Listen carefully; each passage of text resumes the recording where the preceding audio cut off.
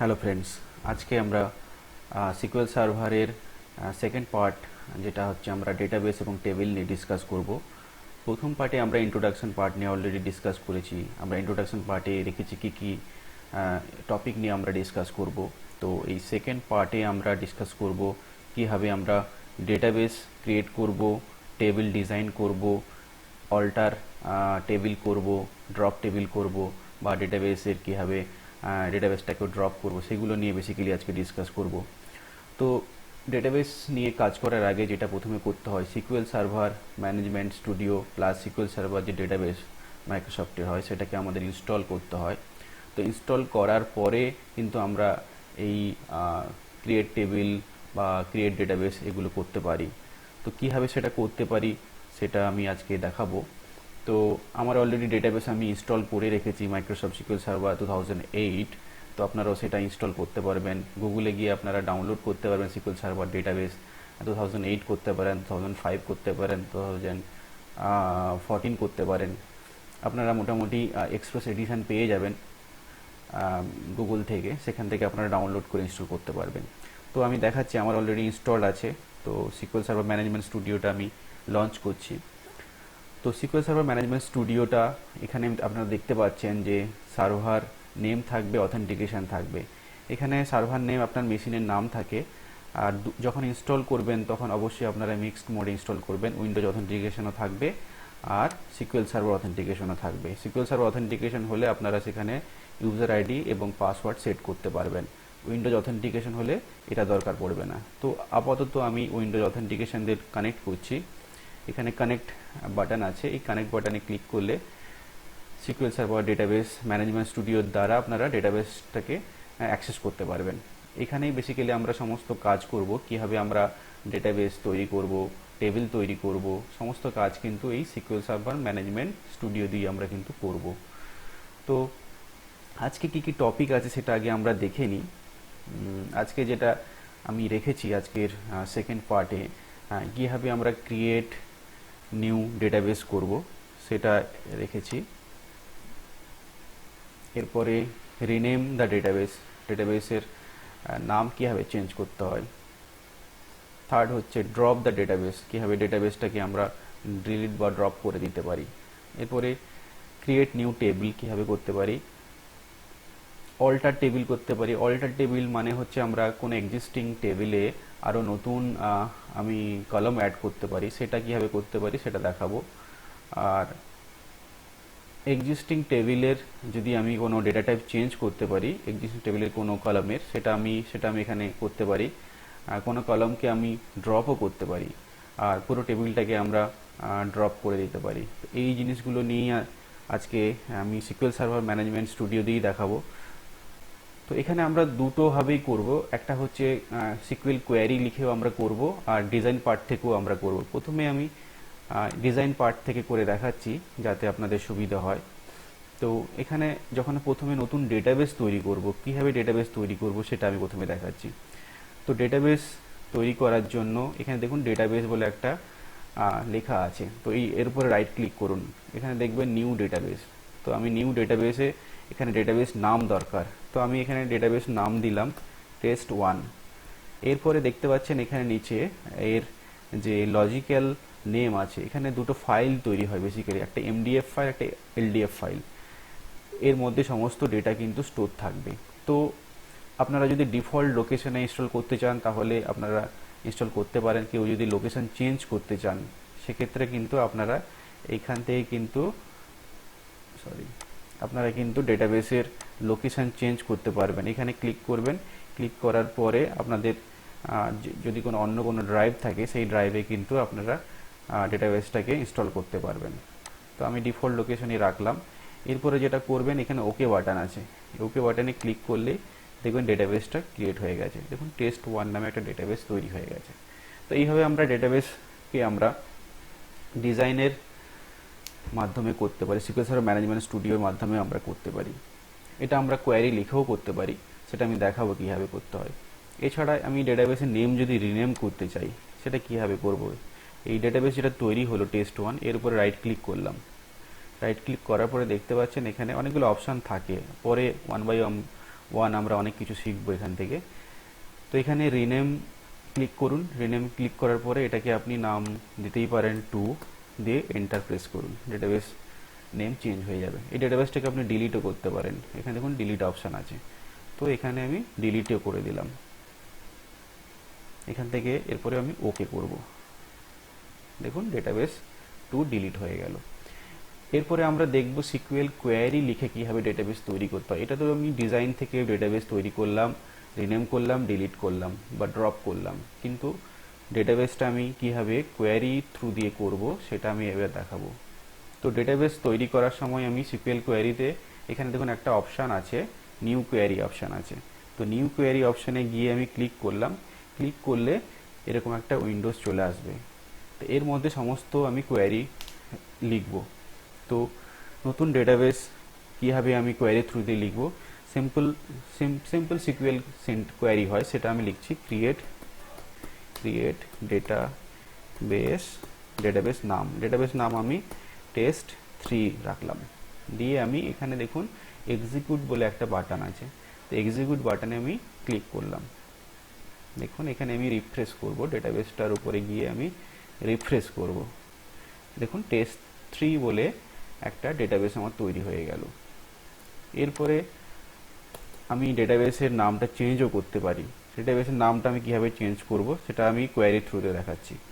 Alter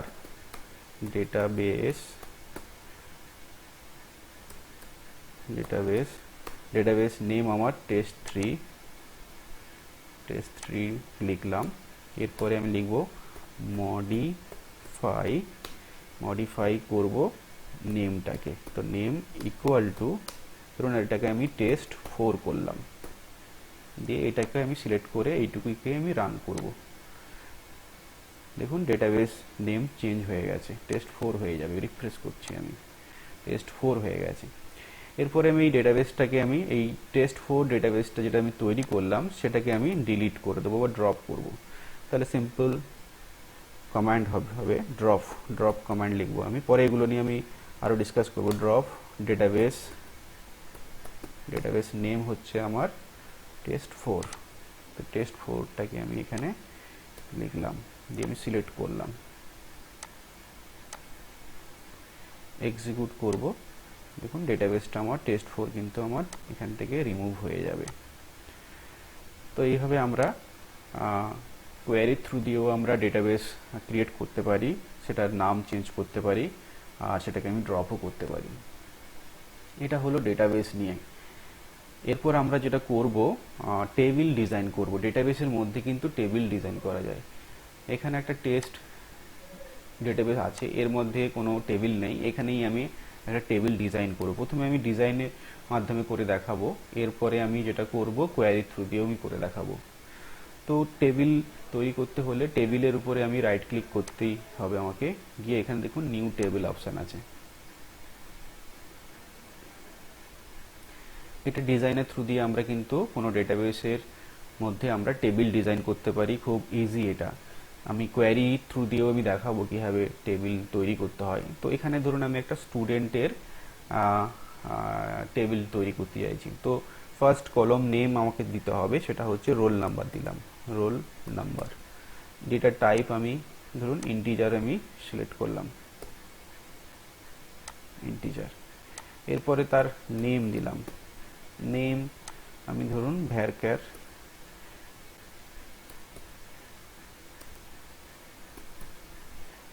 50 দিলাম। এরপরে তার আমি অ্যাড্রেস দিলাম, অ্যাড্রেস সেটাকে আমি ভ্যারক্যার আমি 100 দিলাম। ঠিক আছে, এরপরে আমি এটাকে আমি সেভ করব, টেবিলটাকে আমি সেভ করব। দেখুন টেবিলের নাম দিতে হবে, আমি এখানে স্টুডেন্ট টেবিল দিলাম, স্টুডেন্ট টেবিল। ওকে করব। এরপরে আপনি দেখুন স্টুডেন্ট টেবিলটা তৈরি হয়ে গেছে। এখানে স্টুডেন্ট টেবিলটা তৈরি হয়ে গেছে। টেবিলের মধ্যে এরপর ডেটা ইনসার্ট করা যায়, সেগুলো আমি পরে দেখাবো। আপাতত আমি টেবিলটা আমার ডিজাইন হয়ে গেছে। এরপরে আমরা কি করতে পারি, এই টেবিলের কোনো কলমকে আমি রিনেম করতে পারি, কোনো কলমকে আমি ডিলিট করতে পারি, বা কোনো কলমকে আমি মডিফাই করতে পারি। তো সেটা কীভাবে করতে হয় সেটা আমি দেখাচ্ছি।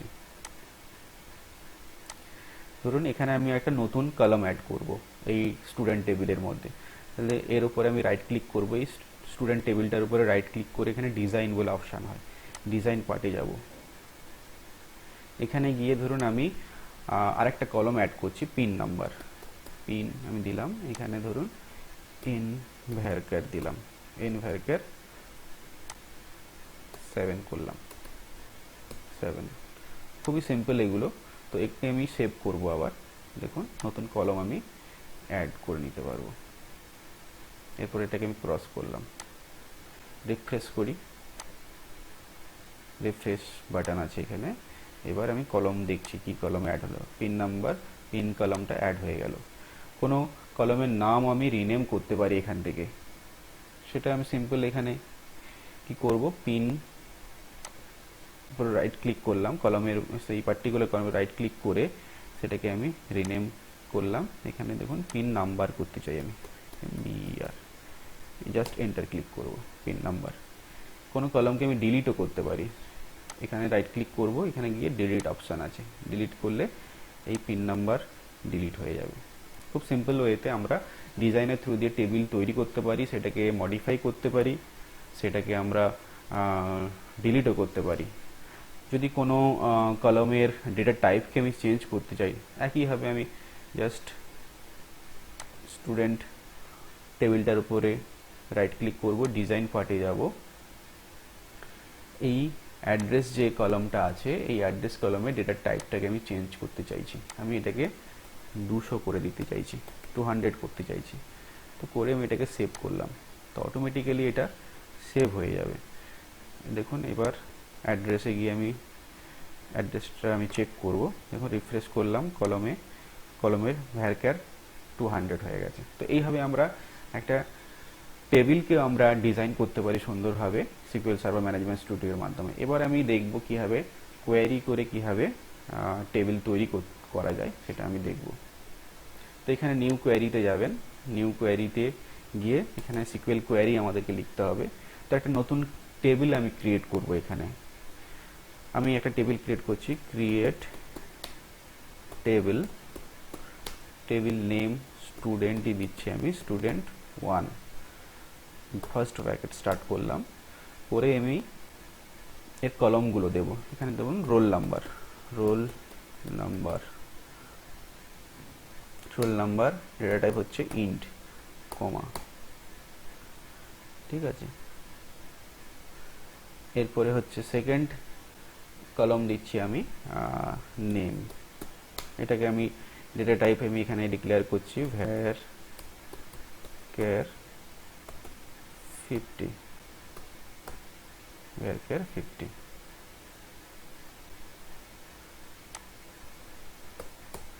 এরপরে আমি অ্যাড্রেস দিচ্ছি, অ্যাড্রেস var char, এটাকে আমি 100 করলাম।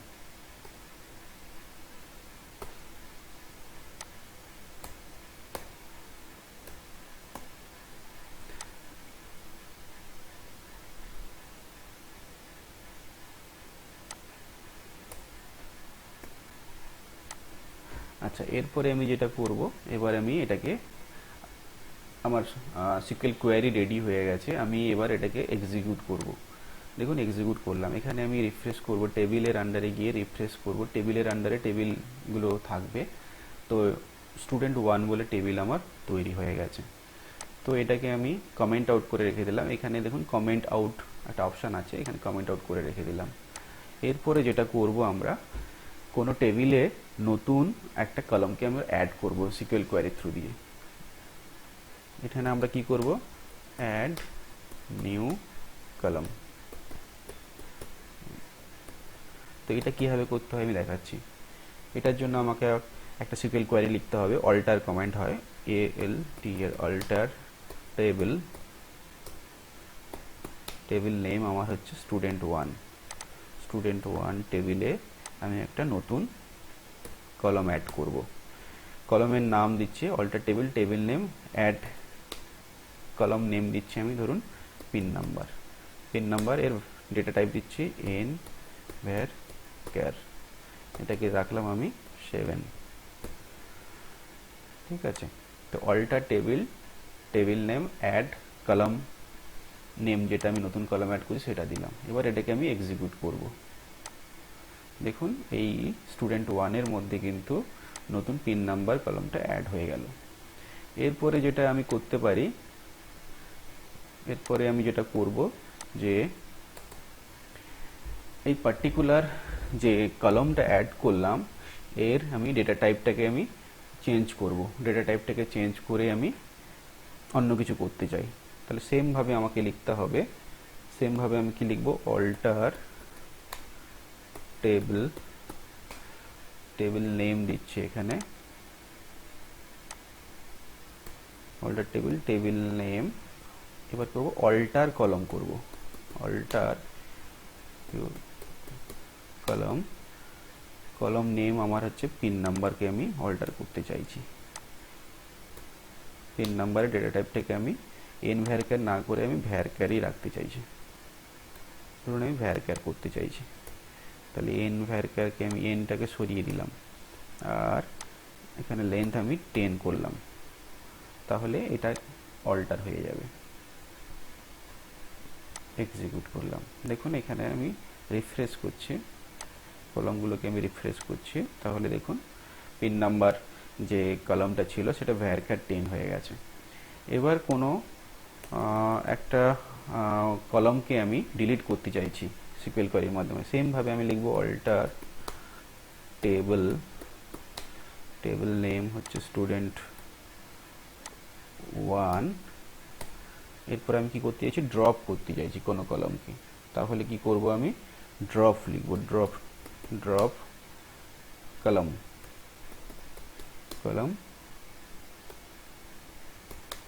কলম নেমটা লিখবো আমি। কলম নেম হচ্ছে আমি পিন নাম্বারটাকে আমি লিখবো এখানে, যে কলমকে আমি ড্রপ করতে চাইছি সেটাকে লিখবো এখানে।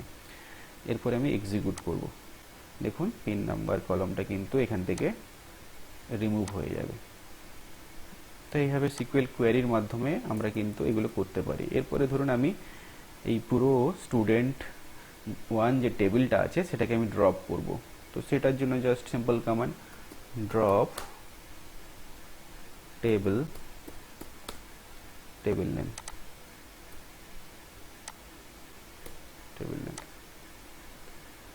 জাস্ট আমি এক্সিকিউট করব। দেখুন এখানে কিন্তু স্টুডেন্ট 1 টেবিলটা রিমুভ হয়ে গেছে।